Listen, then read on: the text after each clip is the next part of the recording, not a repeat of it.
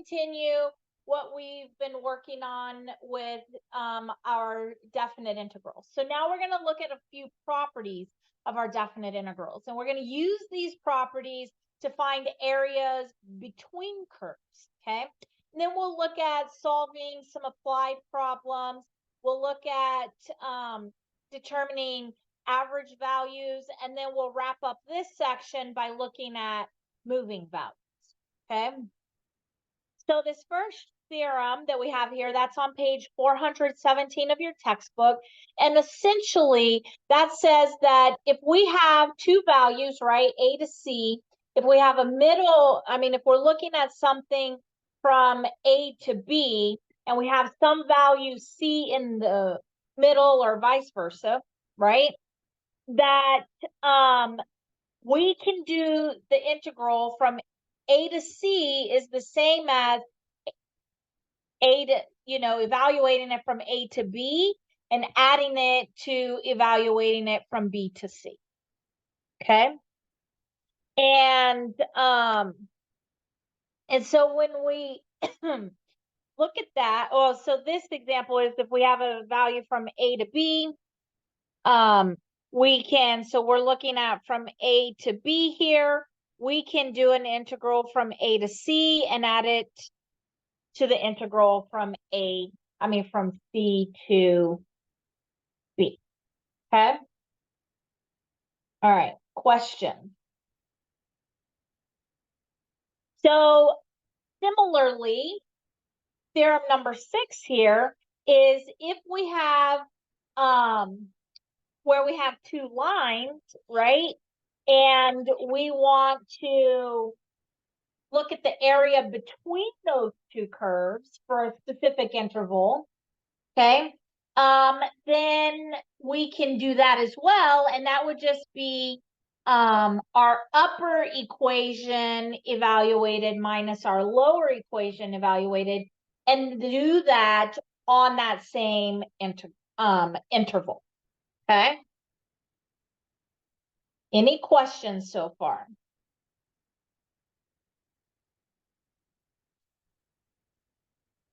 All right. And so now let's look at a couple of examples, okay? So for this first one, we're looking at, we have this graph here, okay? And it is a graph of two equations. We have our f of x, which is 2x plus 1, and our g of x, which is x squared plus 1, okay? So when we graph these two, we can look at this graph of the two functions here and see that where we have our upper bound function, which is the f of x function, and our lower bound, which is the g of x function. So we can determine the space between these two by first determining where are the two points that these graphs intersect, right? And so when we set them equal to each other, right? So if we said, where do these two intersect? That would be f of x equals g of x. That's where they're going to intersect, right? So if I want to look at that intersection, then this is going to be 2x plus 1 equals to x squared plus 1. When I get everything on one side or the other, I'm going to move all of this over to the other side so that we have 0 is equal to x squared minus 2x. Okay, so that's the same as saying x. We're going to filter out an x out of each of these as x minus 2. That's equal to 0. So if that's the case, then either x is equal to 0 or x is equal to 2, right? In order for that equation to be true. So that tells us that at x equal to 0, my equations are equal to each other. And at x equal 2, my equations are equal to each other, okay? So now we know that our integral is going to run from 0 to 2 because it's all that space between those two values, okay? And so let me go ahead and move, well, I'll just rewrite it. So now I need to look at the integral from 0 to 2 of, and now here's where we could do our f of x, which was 2x plus 1, minus g of x, which was x squared plus 1, d of x, okay?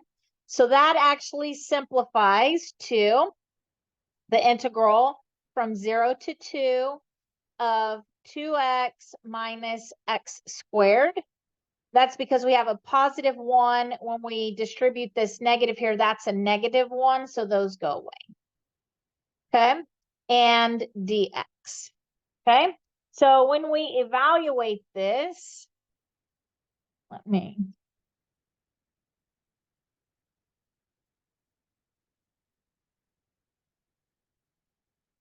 Sorry, running out of space down there. When we evaluate this then from x, well, I'm going to just put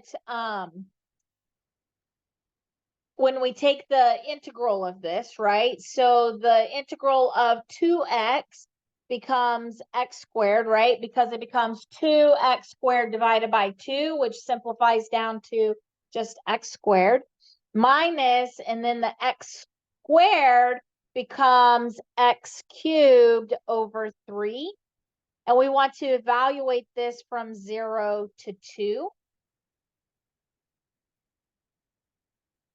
Okay, so that's going to give me 2 squared minus 2 cubed over 3 minus 0 squared plus 0 cubed over 3. Okay, and that will simplify. That's going to be 4 minus 8/3. So, and then this whole second part here is all 0. So that's going to simplify to 4/3. So the area, that burnt orangish looking area in the where we have the value a, that's the area between those two curves, is going to have an area of 4/3 units. Okay, question.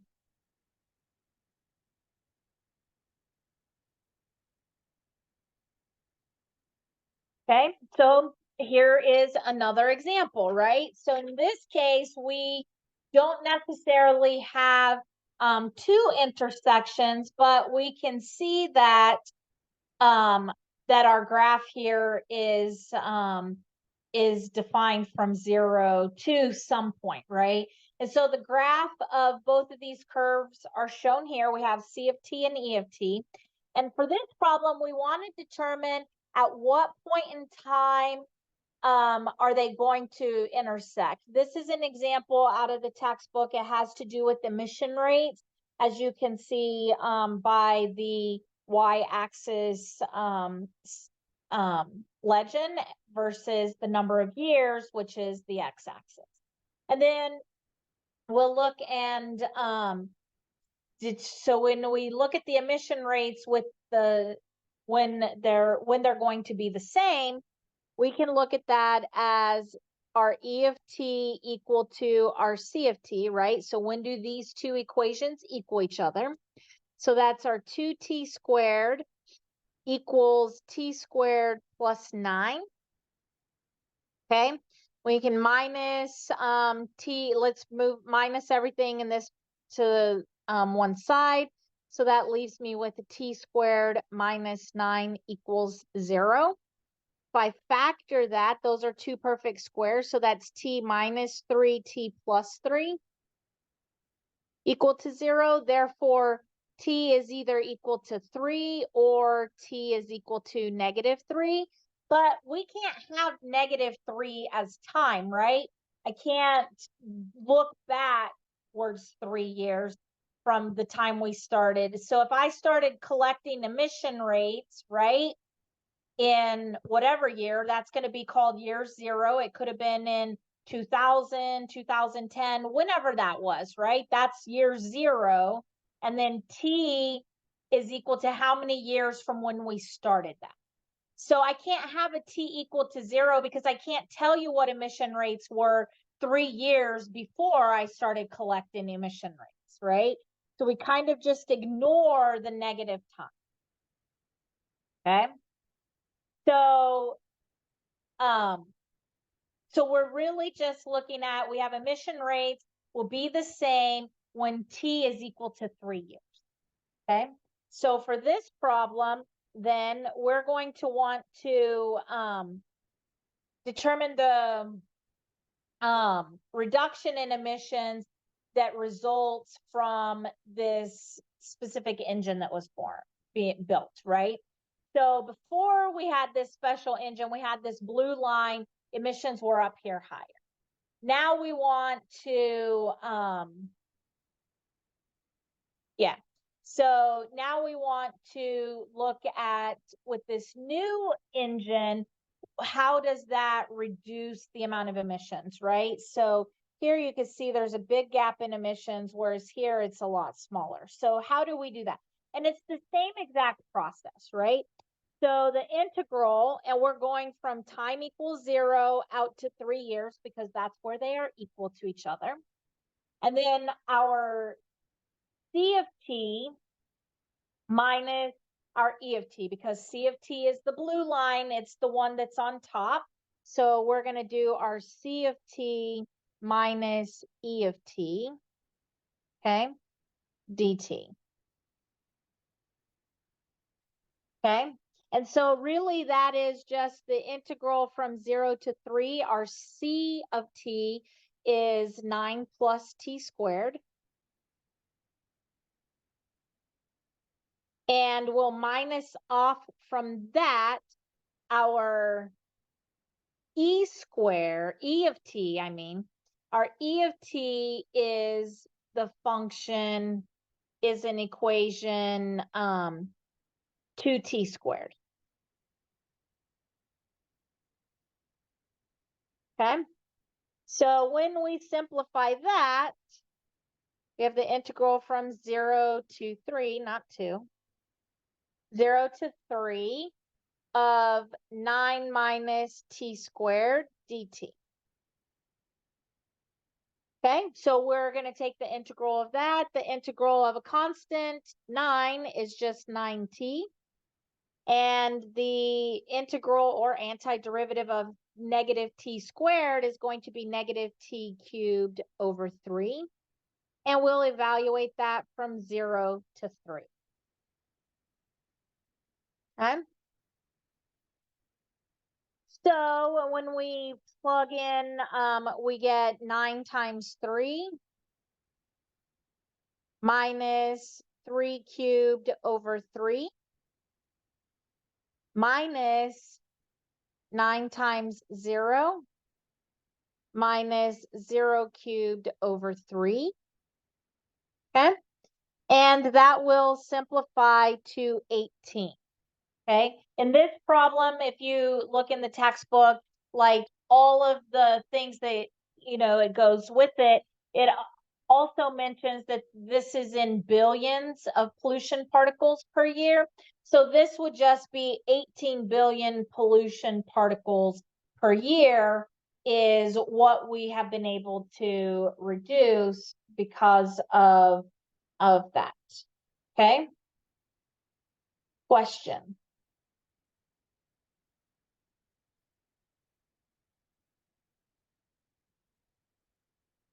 All right. So now let's move on and talk about a definition of the average value. Okay. And so basically, if we have a continuous function over some closed interval, a closed interval is going to be the brackets, right? So you can see the brackets around A and B. So that's a closed interval, meaning A is included and B is included. Then it's average, and that's denoted with Y sub AV for, we're looking at our output value, and the AV is for the average, right? And so we can find that by 1 over b minus a, that's our interval, b minus a, so our second x value minus our first a value, and then the integral evaluated from a to b, okay? So how do we look at that? Let's think about this in terms of if we have average speed, right? So if I give you that your speed in miles per hour is given to you here, and then you also have time, which is represented by t, after you've entered the highway where you're going to try to like measure your speed, then that is given to us here by v of t, right? Our velocity of t is equal to 1 over 200 t cubed plus 3 over 20 t squared minus 3/8 t plus 60. And we want to look at time from 0 to 30 minutes, okay? So our t is less than or equal to 30, okay? So what is the average speed from 5 minutes to 25 minutes, okay? And then we'll look at how far of a distance we travel, okay? So first of all, we want to determine the average speed, okay? So our average speed, so here, our A is 5 and our B is 25, right? So we're going to go from 5 to 25 minutes. And the reason that is maybe it takes us a little bit of time to get up to our speed, but then once we're on the highway, we're done merging, all of that, we're set our cruise control, and we want to look at our average speed, okay? So this is going to be 1 over b minus a, and then we have the integral from a to b of our function here.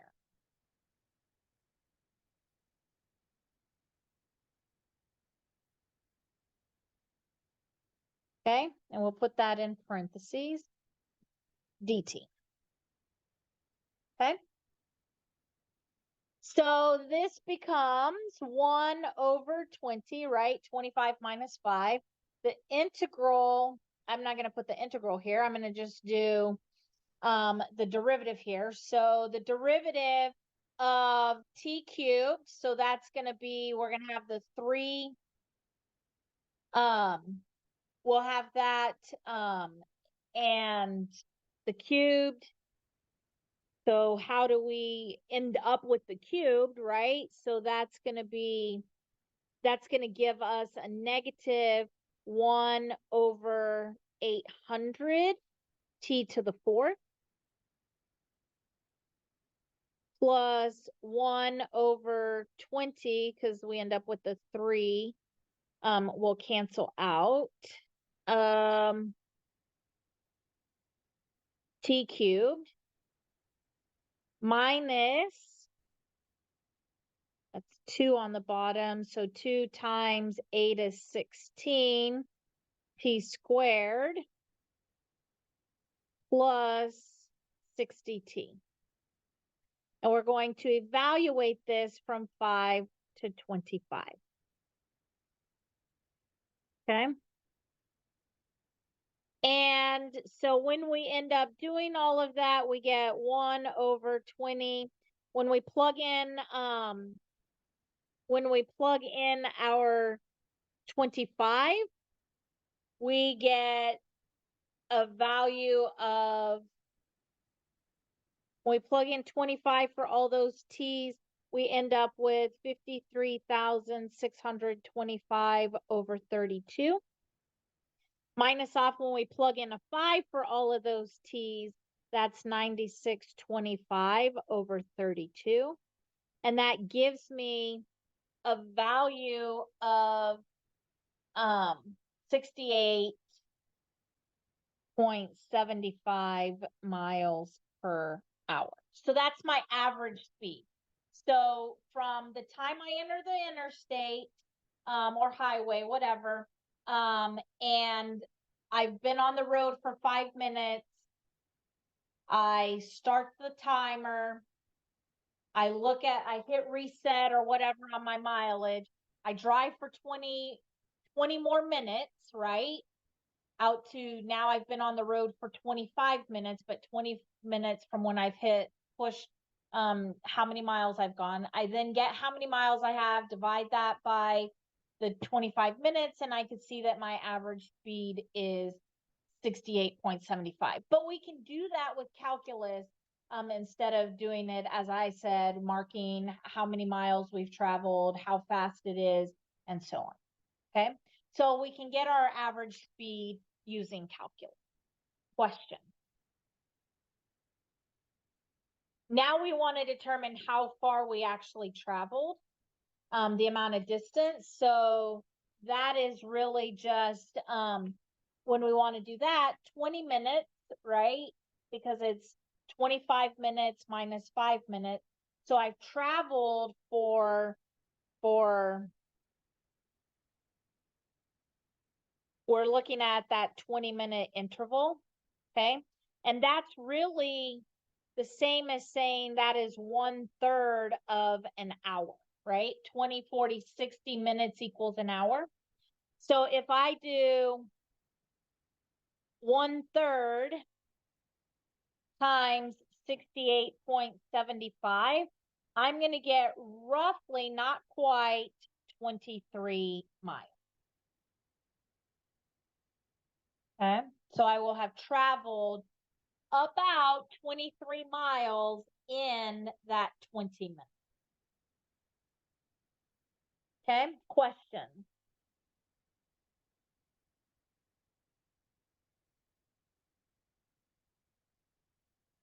All right.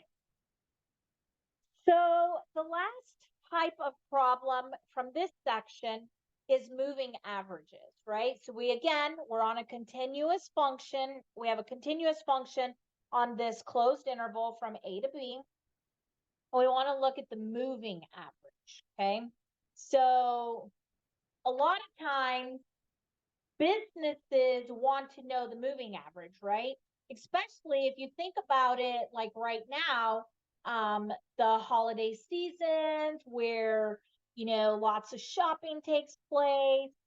And so we want to be able to project what sales are going to be this week based on not just last week, but maybe I want to look at, well, what are the last 3 weeks, 4 weeks, 5 weeks? How is that? And every time I move out to the next value, I'm changing my interval. Okay. And so that's really what this is saying here. So this L, this capital L here, that is the constant that represents our fixed interval. And so we're going to go from X to L, but our X changes, right? So we could go from 0 to L, and then we are like 1. And so that moves, right? So we have a moving average. And so if we're looking at, again, let's say a business, in this case, we're looking at the weekly revenue in thousands of dollars, X weeks since the start of the year is given. We can do that with the formula that's given here for our revenue. Okay. And so this is saying we want to look at from week 0 to 10, but we want to have a 3-week moving average interval. Okay. So when we look at that, then that tells me that my capital L is equal to 3 because we're looking at 3-week intervals. Okay. So we set X equal to 0 when we start out. Okay. So to find the moving average for the first 3 weeks, we're going to do my R of AV, right? So my revenue, my average revenue, but moving, is equal to, remember L is 3, so this is going to be 1/3 integral x is 0, and this is going to go from 0 plus 3. So that's going to be 3, right? And instead of rewriting this whole function, I'm just going to write here r of t, okay? And the integral with respect to dt, okay? So this then simplifies to 1/3 the integral from 0 to 3 of my revenue function in respect to time dt.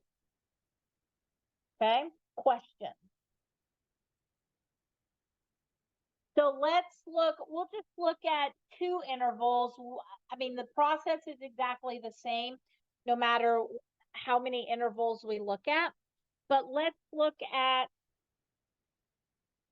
our average if we're looking at x equal to 0. Okay, so that is going to be 1/3 the integral from 0 to 3. Okay, this is 0.05. Actually, I'm just gonna copy this whole equation.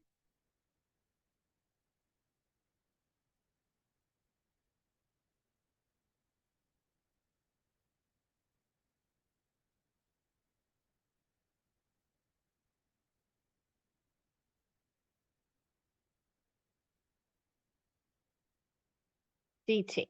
Okay, so the derivative. So we take the derivative of that. That's 1/3. The derivative is going to be, this will be 0.01 t to the 5 minus 0.3 t to the 4 plus 3.2 t cubed minus 14.3 t squared plus 38.3 t, and we're going to evaluate that from 0 to 3. Okay, when we do that, so we plug in the 3 in for all of those, minus 0 in for all of those. So when you plug 0 in for all of those, that happens to all go away because there are none that have no t in it. And that's going to leave us with 16.91. So that means that translates, because we were talking in thousands of dollars, so that translates to $16,910 per week for average for weeks 0 through 3. Okay, so you could see here that if a company's looking at this, they could go, oh, my average was this almost 17,000, but I could have had, 15,000 in 1 week and 17 in another, and another amount in the other, and they just average though to this 17,000. Okay, so that's kind of the idea of a moving average. Let's do one more just to help you get the hang of it. Okay, so really I'm just going to take all of this to the next page.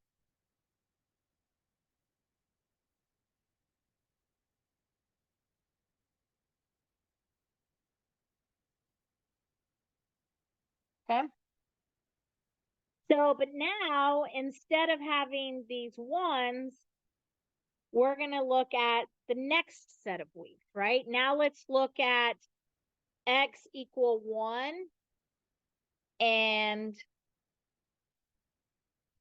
it's between 1 and 4, right? Because before we were 0 to 3. Now we're going to look at 1 to 4. Then you could look at 2 to 5, 3 to 6, etc. Okay, so now everywhere we have this becomes a 1 and this becomes a 4, right? But the rest of that stays the same. So we're just changing this, and we're going to look at 1 to 4. And when we do that, we end up with a value of 11.9. 11,991. Okay, so that means 11,910 per week.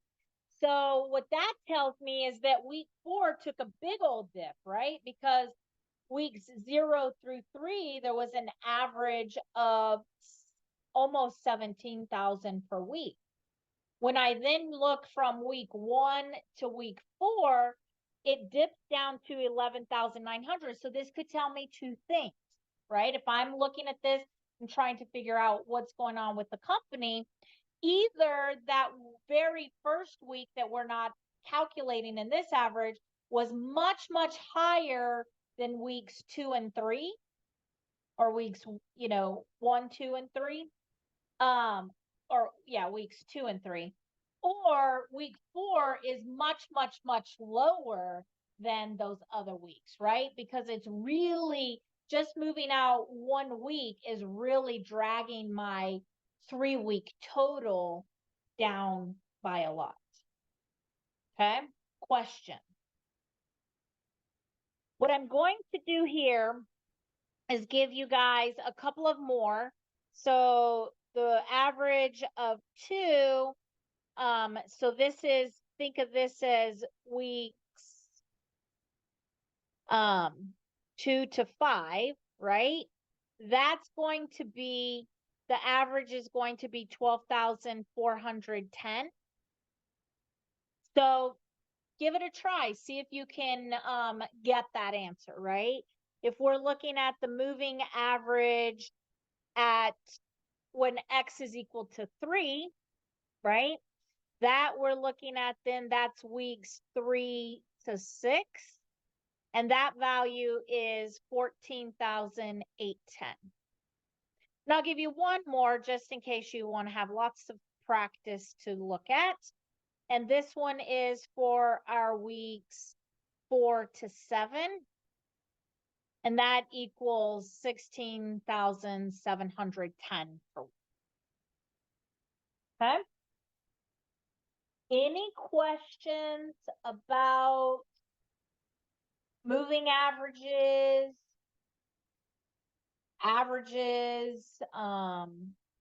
integrals in general, by parts, any of that?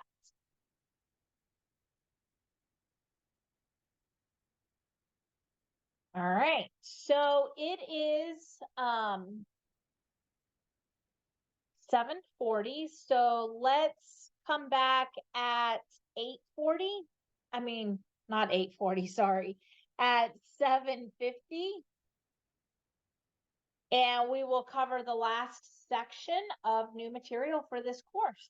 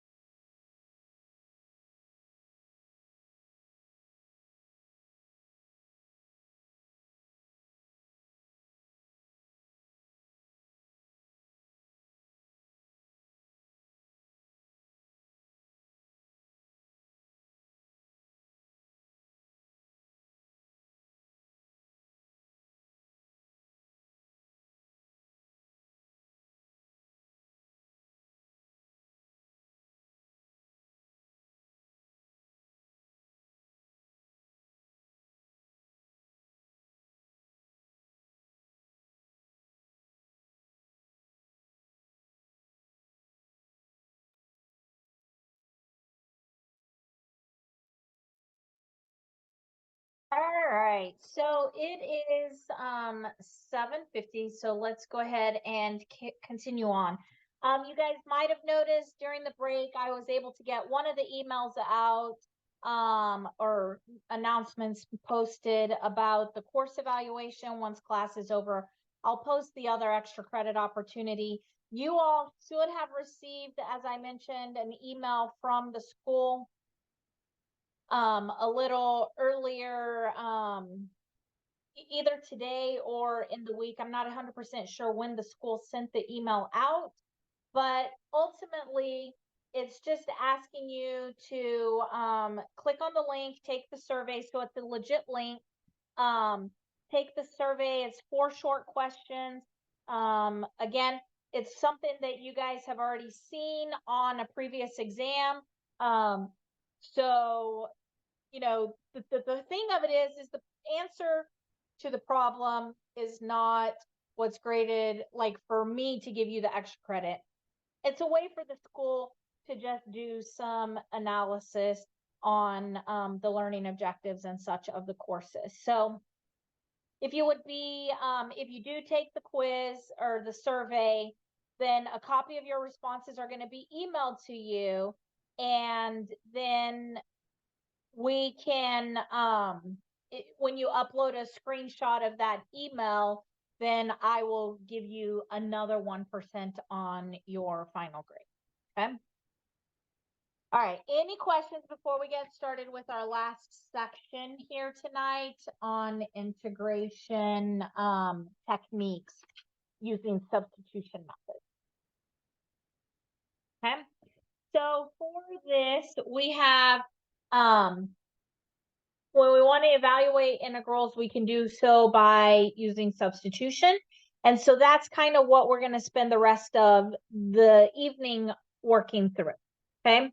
And so ultimately, we have here, if I have the integral, if I want to take the integral of u to the r, this is the same as if we had,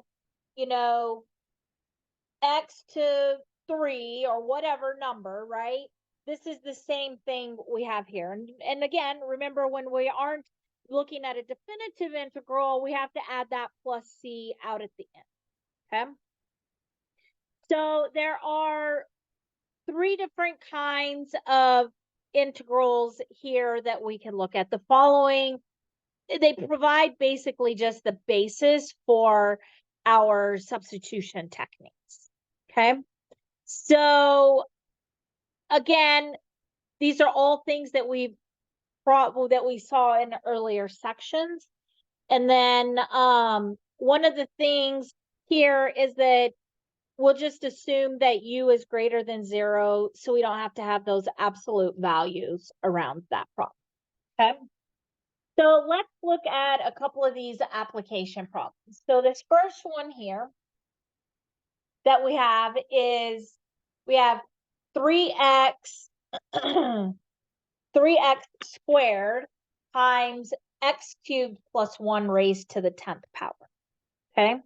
So we can note here that x cubed, or 3 times x squared is the derivative of x cubed, right?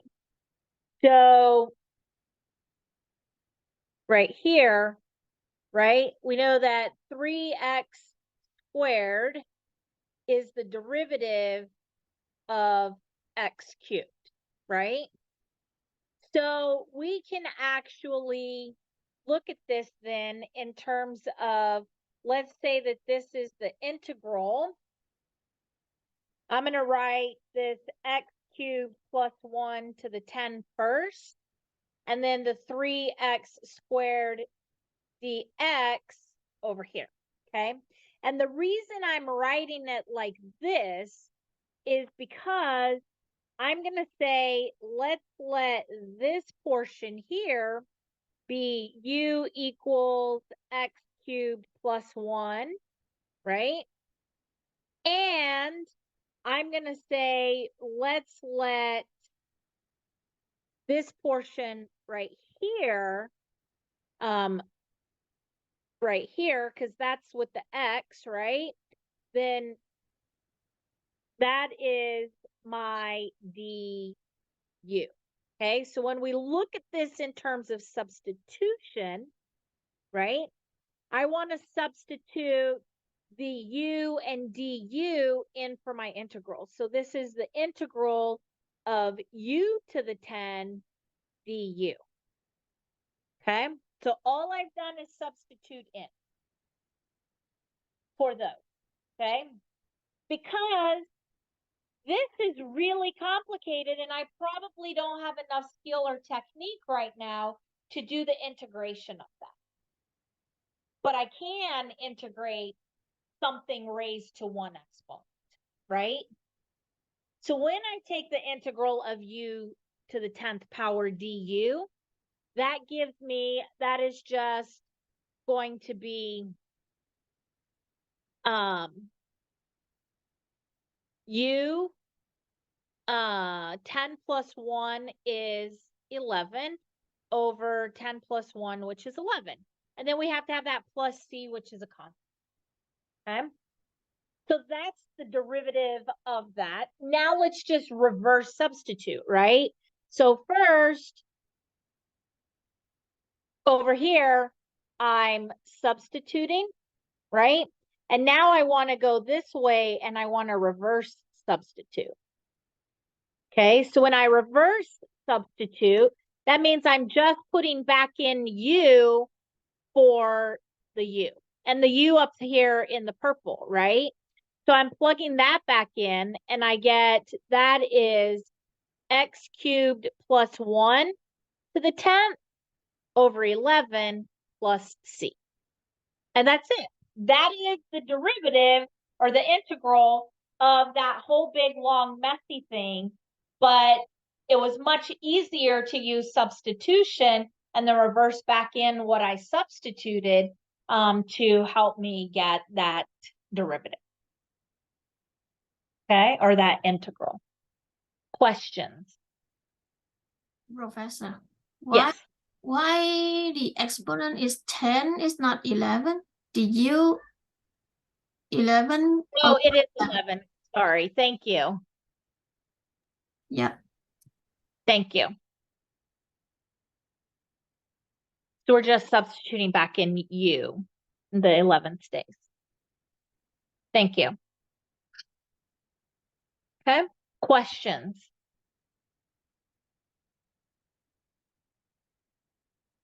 Okay, so let's look at the next problem. So the next problem that we have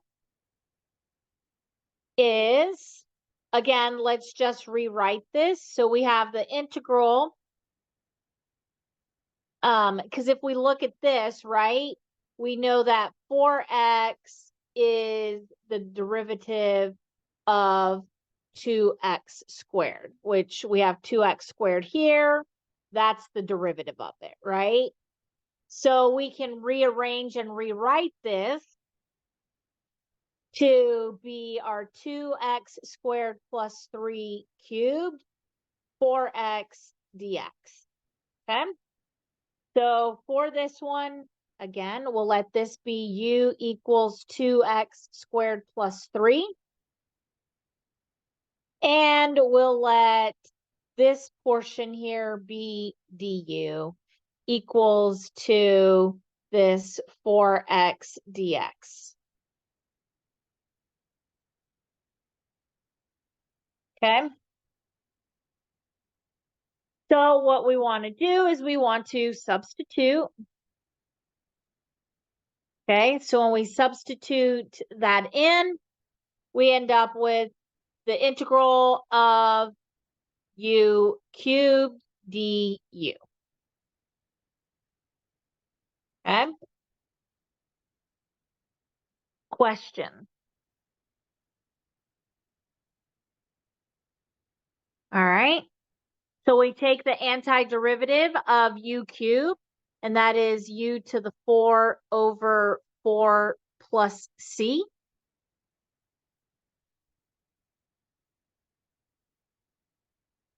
We reverse substitute back in to our problem here, and we end up with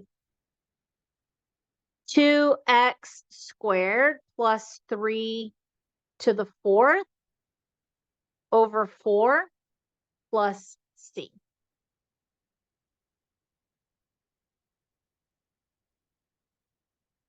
Okay, questions?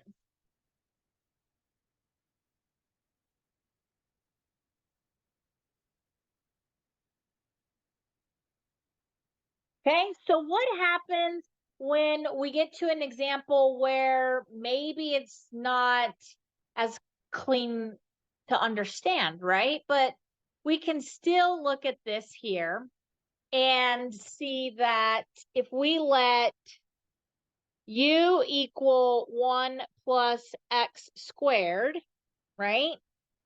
Because we know that 2x is the derivative of x squared, right? So du then would be 2x dx.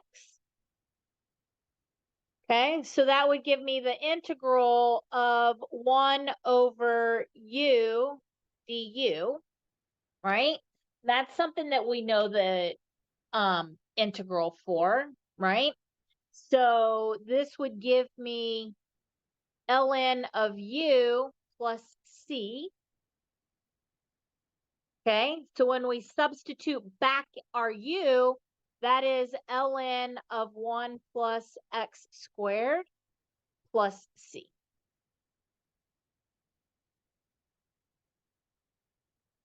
Okay, question.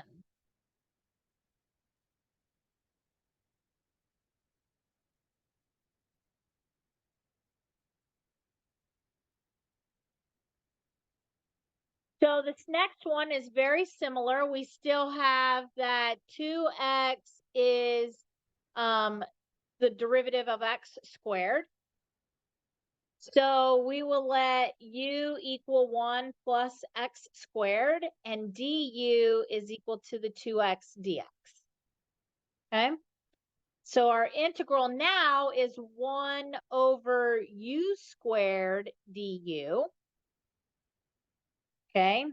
So that's the same as saying the integral of u to the negative 2 du.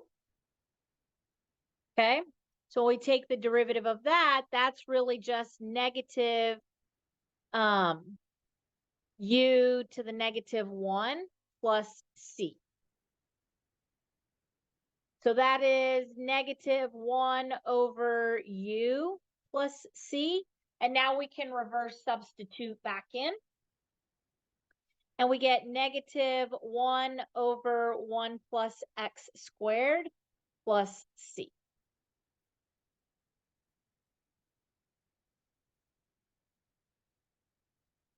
Okay, question.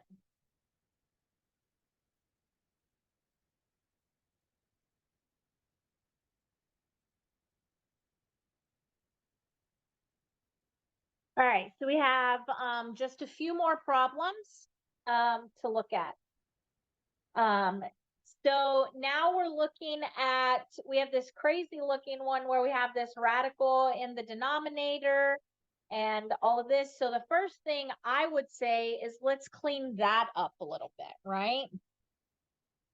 So this is the same as saying the integral of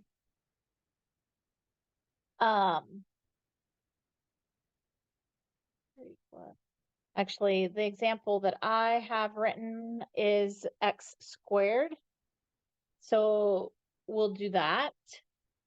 So the integral is going to be 6x squared over, this is 3 plus 2x cubed to the 1/2, right? So instead of having that radical, we'll just put all of it raised to the positive 1/2. Okay. So if we let u equal 3 plus 2x cubed, and du, right, what's the derivative of that? The derivative of that is 6x squared dx, which that takes care of our numerator, right? So when we substitute all of that in, we get the integral of 1 over u to the 1/2 du. Okay. So when I take the antiderivative of that, that's really u to the negative 1/2. So when I do the antiderivative, that's going to give me 2 square roots of u plus c. So I'm going to reverse substitute in my u back into that, where that would be 2 square roots of 3 plus 2x cubed plus c. Okay? Question.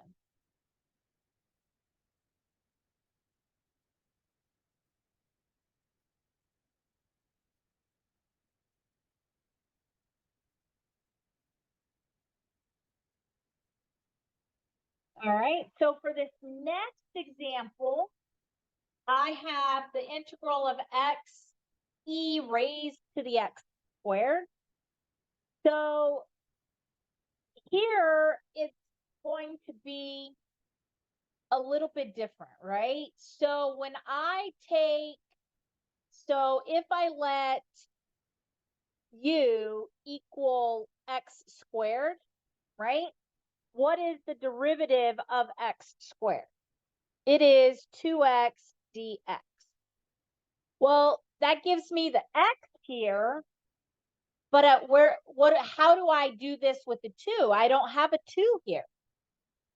So I have to create it myself, okay? So, and to do that, I'm going to just scooch this over a little bit. And I'm going to say, we're going to do 1/2 times 2. That's still equal to 1. That's valid, right? But then we're going to do this thing here where we can pull, remember, we can pull constants out. So this is actually going to give me the integral 1/2 the integral of 2x e to the x squared dx. We're missing the dx here, so I'm going to add that. Okay. So now I can say, all right, I have this problem here.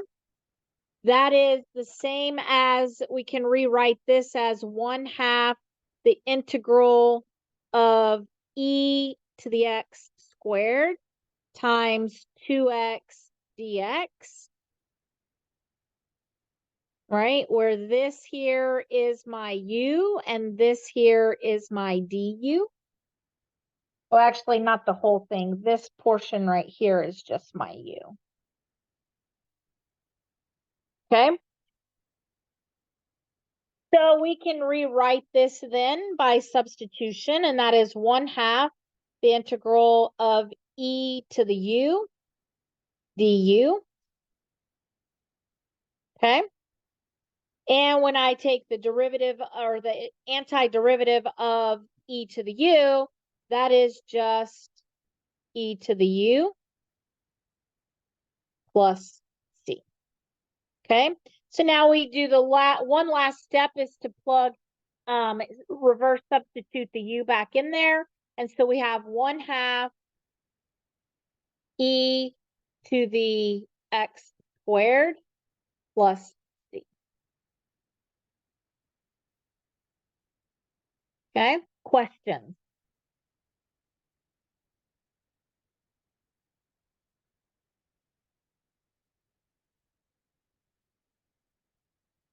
All right. So the last problem we have here, if we look at this being our u, so if u equals 4x cubed, then the derivative of that, right, du is 12x squared. Well, we have the x squared, but I need to have a 12. And in order to do that, I have to put the 1/12 on the outside because 1/12 times 12 is 1, and that is okay. Does anybody have questions about that step piece right there? All right. So now we can say that is 1/12, the integral of 12 x squared e to the 4x cubed dx. Okay, so when we do our substitution in here, that is 1/12 the integral of e to the u du. Taking the derivative or the antiderivative of that is 1/12 e to the u plus c. Reverse the substitution, and that is 1/12 e raised to the 4x cubed plus c.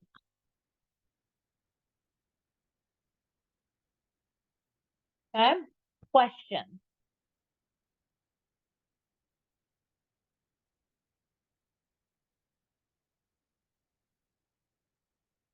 All right, well, that is all of the material, the new material, the material in general for the class. So I don't have any other new material for you this evening. Next class period, 1 week from tonight, we will cover what you need to know for the final exam.